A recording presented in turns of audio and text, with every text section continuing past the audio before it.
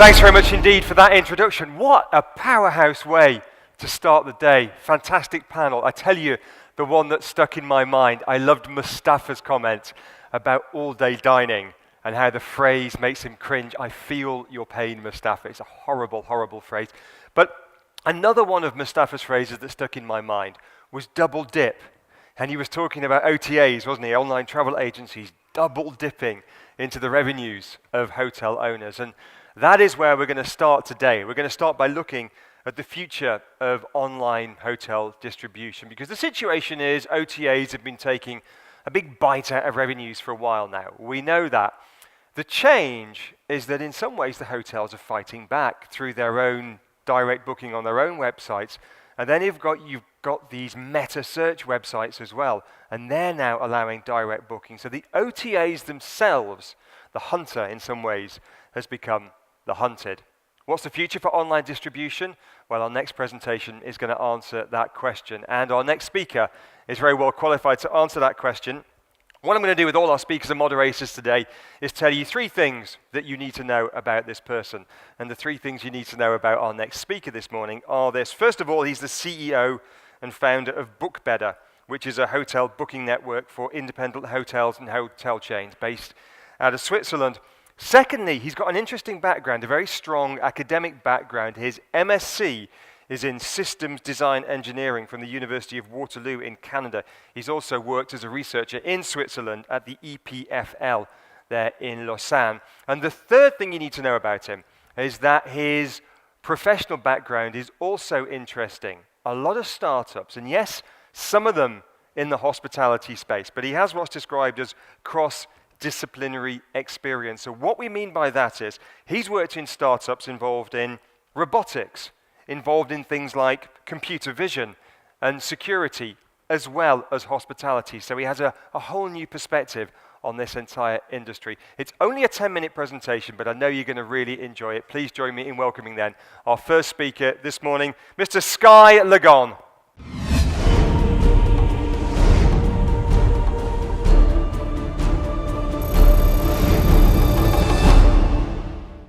Good morning, everybody. I'll tell you a little bit more about what we're doing later on, but my goal here today is to get you up to speed on online hotel distribution. What have we seen happen over the past year, and what can you expect in the months to come? So what has happened over the last year in online distribution? If I had to sum it up in one word, I'd say scale. Both hotel chains and OTAs are seeking scale. Hotel chains in particular are looking to grow in order to take back control of their online distribution. Hotels recognize that a larger group means a larger customer base, a stronger loyalty program, and more direct bookings. You've probably all followed the Marriott Starwood soap opera over the last few weeks, resulting in the world's largest hotel group. Accor has also been active, acquiring Fairmont Raffles to build out their high end. But even with almost 4,000 hotels, Accor recognizes that they just can't compete with the offer available on OTAs. And this is why last year, in a very significant move, I feel, Accor opened up their Accor Hotels booking site. They opened it up to independent, unbranded hotels in a bid to increase their inventory.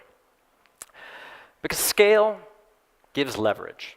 I mean, Hilton openly boasted about negotiating preferential conditions with the OTAs, and all three of these groups now openly break price parity by offering discounts to customers that book directly. So parity, price parity. A lot of things happened last year in price parity. Parity being, of course, the fact that the customer sees the same rate for the same room across all channels, be they OTAs or direct booking. Parity was created actually by hotels themselves to avoid the OTAs undercutting them, but now, of course, the balance of power has shifted, and the hotels would like to undercut the OTAs themselves in order to win back a bit of their market share. Parity also has a stifling effect on competition. Imagine a new OTA emerging with lower commissions. This would be good for hotels, but if the customer sees the same price on every channel, What incentive does he have to change his booking habits? This is something that the European community has recognized, and they put pressure on both Booking and Expedia last year to relax their parity conditions. And now, throughout the European continent, hotels can offer different rates to different OTAs, presumably ones who have less commission. But critically, hotels must still maintain parity on their own brand.com website, except in France and Germany. Because in these two countries, they felt that this so-called narrow parity clause didn't go far enough, and now in both France and Germany, hotels are completely free to set their prices on any channel they want. So can we expect parity to disappear in other parts of the world? I really don't see it going away completely, in particular because market forces dictate a certain implicit parity. Hotels need to remember that only OTAs decide where you appear in the results. And I think Priceline's CEO, Darren Houston, put it very elegantly when he was asked about parity, and he said, I think there's so much innovation we could do to ensure that our customers do not see prices that are uncompetitive. There's also been a lot of activity on the OTA front. Expedia finalized their acquisition of Orbitz, and we're now basically reduced to two major OTA groups, the Expedia Group and the Priceline Group, parent of Booking.com. Amazon made a dramatic entrance into the hotel distribution arena, only to abruptly shut it down just 6 months later. And this virtual duopoly, all this consolidation, is creating some problems for hotels, in particular smaller independent hotels that don't have the scale of the chains. Nobody argues that OTAs are a fantastic marketing channel, but costs and constraints have hotels looking for alternatives. And behind all hotel bookings, be they direct or on OTAs, is the behemoth Google. It's said that 80% of online bookings originate with Google.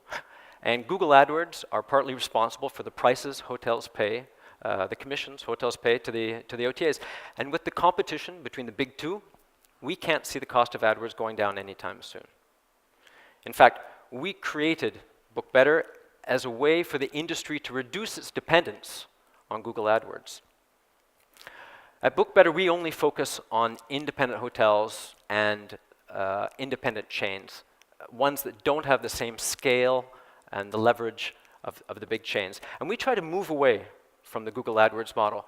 We essentially crowdsource our clientele from our community of independent hotels.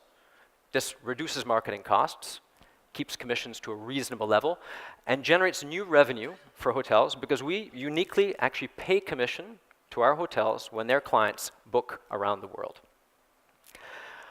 But we must also discuss meta-search. Meta-search are the sites that allow customers to compare prices between different OTAs. When you have price parity, as you see here, meta-search is of relative value. It perhaps serves to reassure the customer he can't find a better price somewhere else. But if parity does indeed weaken, meta-search could really have a role to play and gain in importance. And we're seeing something really, really interesting happening. There's a transformation where meta-searches are slowly morphing into OTAs. Meta-search typically earns the revenue when they hand over a client to an OTA for the transaction.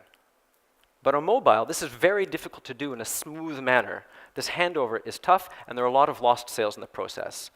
So meta-search sites have recognized this, and now all the major meta-search sites, such as Google, TripAdvisor, or Trivago, have now rolled out instant booking or direct booking programs on the meta-search itself.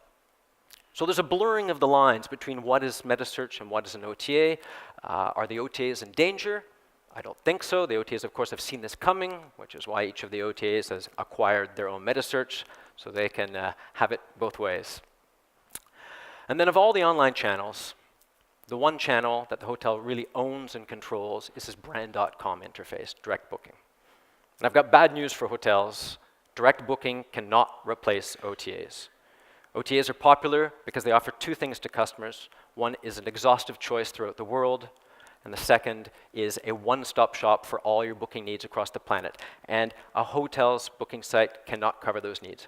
But it is the one channel that the hotel owns, and he must maximize revenue coming from this channel.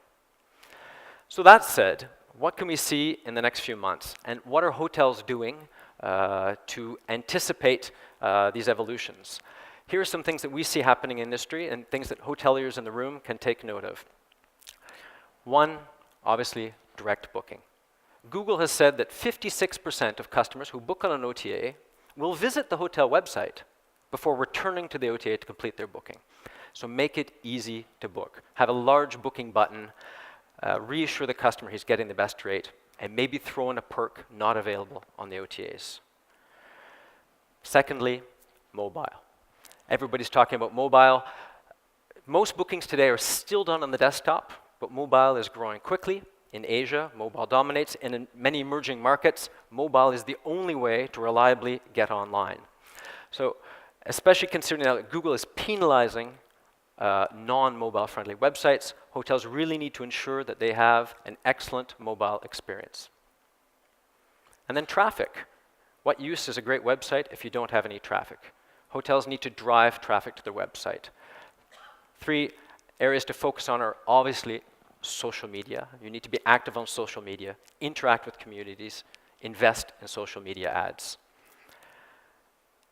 Also, be careful about your Google AdWord placement. Make sure that you're optimally placed. And if OTAs are purchasing your keywords, so-called brand jacking, you are losing sales to OTAs. These are customers that want to book in your hotel, and yet they're being rerouted to an OTA. So to avoid this, if you have a trademark, you can ask Google to intervene, or why not ask your OTA account manager nicely if something can be done about that. Be active on meta search. Compete directly with the OTAs on meta search. The end cost of a meta search campaign is about the same as OTA commissions, but you control your visibility, and most importantly, you own the client at the end of the day. And so if I can wrap this up with a final recommendation, it's don't put all your eggs in one basket. We have some hotels that have over 50% of their bookings through a single OTA channel. Don't let that happen to you. A monopoly is good for nobody, except for whomever has the monopoly. So promote diversity. List your properties in some of these smaller emerging OTAs. It's good for your karma, and it's good for your business. Thank you very much.